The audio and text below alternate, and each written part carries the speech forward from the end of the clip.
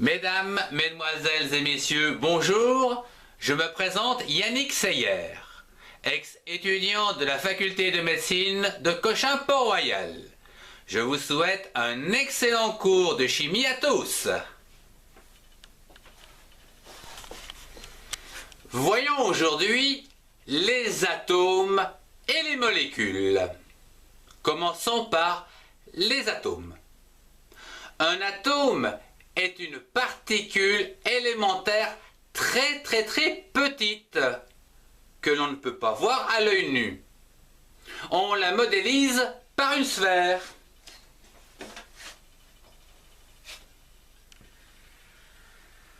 Voici. Ou encore comme cela, comme ceci, comme ceci. Bien.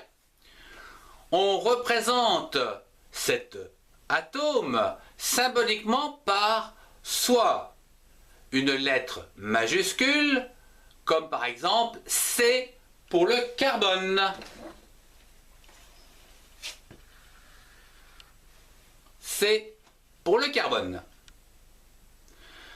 On peut également le représenter symboliquement par une majuscule et une minuscule. C'est le cas par exemple du chlore. Cl. C majuscule, L minuscule. Ou encore du sodium. N majuscule, A minuscule.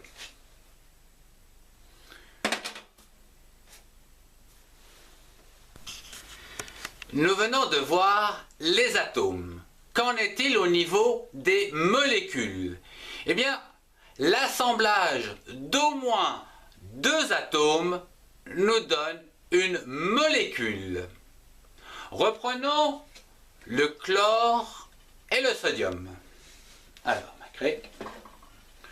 Alors, je vais prendre des couleurs différentes. Allez. Le sodium, Na, je vais donc l'écrire en vert. Na. Et le chlore, je vais le mettre en blanc. Plus donc Cl. Voilà donc ici l'association de deux atomes qui vont donc nous donner une molécule de NaCl, c'est-à-dire du sel de table. Bien. Qu'en est-il de cette représentation donc au niveau modèle? Je vous ai dit tout à l'heure que chaque atome, nous le modélisons par une sphère. Donc le chlore, eh bien c'est une sphère blanche, et le sodium, Na, une sphère verte. Donc, hop et hop, un petit clic.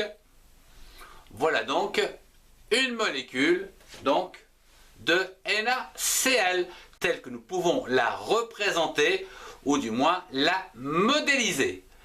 Une molécule NaCl.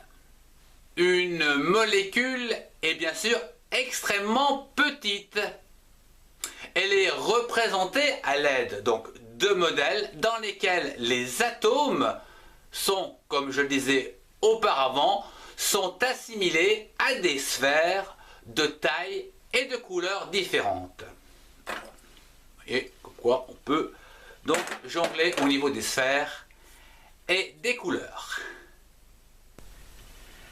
Nous venons de voir la représentation et l'écriture des atomes et des molécules. Voyons comment écrire une formule chimique d'une molécule. Prenons par exemple l'eau. Ici, la formule chimique d'une molécule comprend le ou les symboles des atomes qui le constituent. Ici, dans H2O, c'est-à-dire l'eau, nous avons de l'hydrogène et nous avons de l'oxygène. Bien. Ici, nous devons ajouter le nombre d'atomes de même sorte et indiquer en indice à côté du symbole correspondant ce nombre. Nous avons dit H2O pour l'eau. Donc, on va mettre ici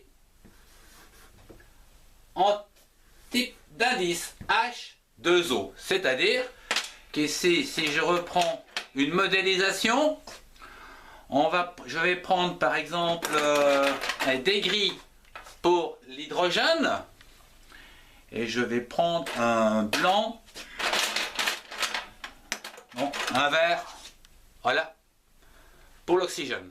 2 hydrogènes, 1 oxygène. Alors, on va construire donc la molécule d'H2O ressemble un petit peu à ceci. Voilà. Avec un angle comme celui-ci. Donc, nous avons bien un atome d'oxygène. On n'est pas obligé de le marquer ici, puisqu'il est sous-entendu qu'il n'y en ait qu'un. Par contre, au niveau de l'hydrogène, il y en a 2. H2O. Une molécule d'eau. Et bien sûr, celle-ci non plus, vous ne pouvez pas la voir. Bien. Un autre exemple avec le dioxyde de carbone. CO2. Alors, carbone, dioxyde, c'est-à-dire qu'il va y avoir 2 oxygènes. Où est ma craie? Oh là là. Bon, allez, je vais prendre. Ah, ouais. Voilà. Voilà. Dioxyde. Ici, on a déjà 2 oxygènes de carbone.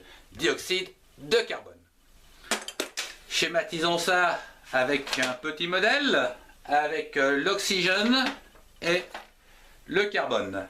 Alors, nous allons prendre, voici, donc le carbone au milieu, et je vais mettre les 2 oxygènes de part et d'autre. Voilà, donc mon dioxyde de carbone. Amusant, n'est-ce pas? Bien, un autre exemple, dans quelques instants. Voilà. Et disons le dioxygène. Dioxygène, comme son nom l'indique, di pour 2, oxygène, dioxygène, 2 oxygènes. Voilà, donc j'enlève le carbone. Et puis hop, voilà. Du dioxygène, c'est-à-dire 2 atomes d'oxygène ensemble. Bien. Nous aurions également la même chose pour du diazote, avec des couleurs différentes, bien sûr, mais voilà 2. Du diazote.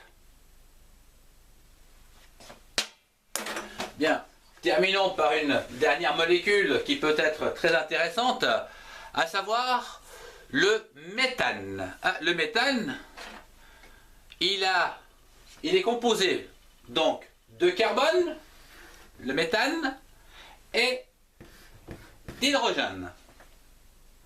Ici, nous avons une saturation au niveau du carbone, que je ne rentre pas dans les détails, ce qui veut dire que nous avons 4 hydrogènes pour un carbone. CH4. Ici, comme vous pouvez le voir, nous avons donc des majuscules pour le carbone et pour l'hydrogène. Ce qui veut dire qu'ici, nous avons 5 atomes, 1 carbone et 4 hydrogènes. Donc, nous avons donc dit un carbone, ici en vert, et 4 hydrogènes. Donc, l'atome de carbone, il est au centre, et les hydrogènes en extérieur. Bon, d'accord, ça ne tient pas. Hop, on va reprendre un autre. Comme celui-ci. Allez, voilà.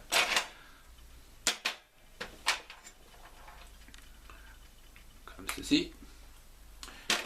Et comme cela. donc pour le méthane. Voici une molécule de méthane, CH4, tel qu'on le représente du point de vue schématique, ou une modélisation donc de cette molécule que l'on ne peut pas voir et qui est bien constituée ici de 5 atomes.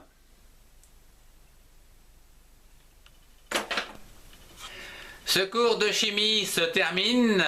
Je vous remercie de l'avoir suivi. Au revoir et à très bientôt.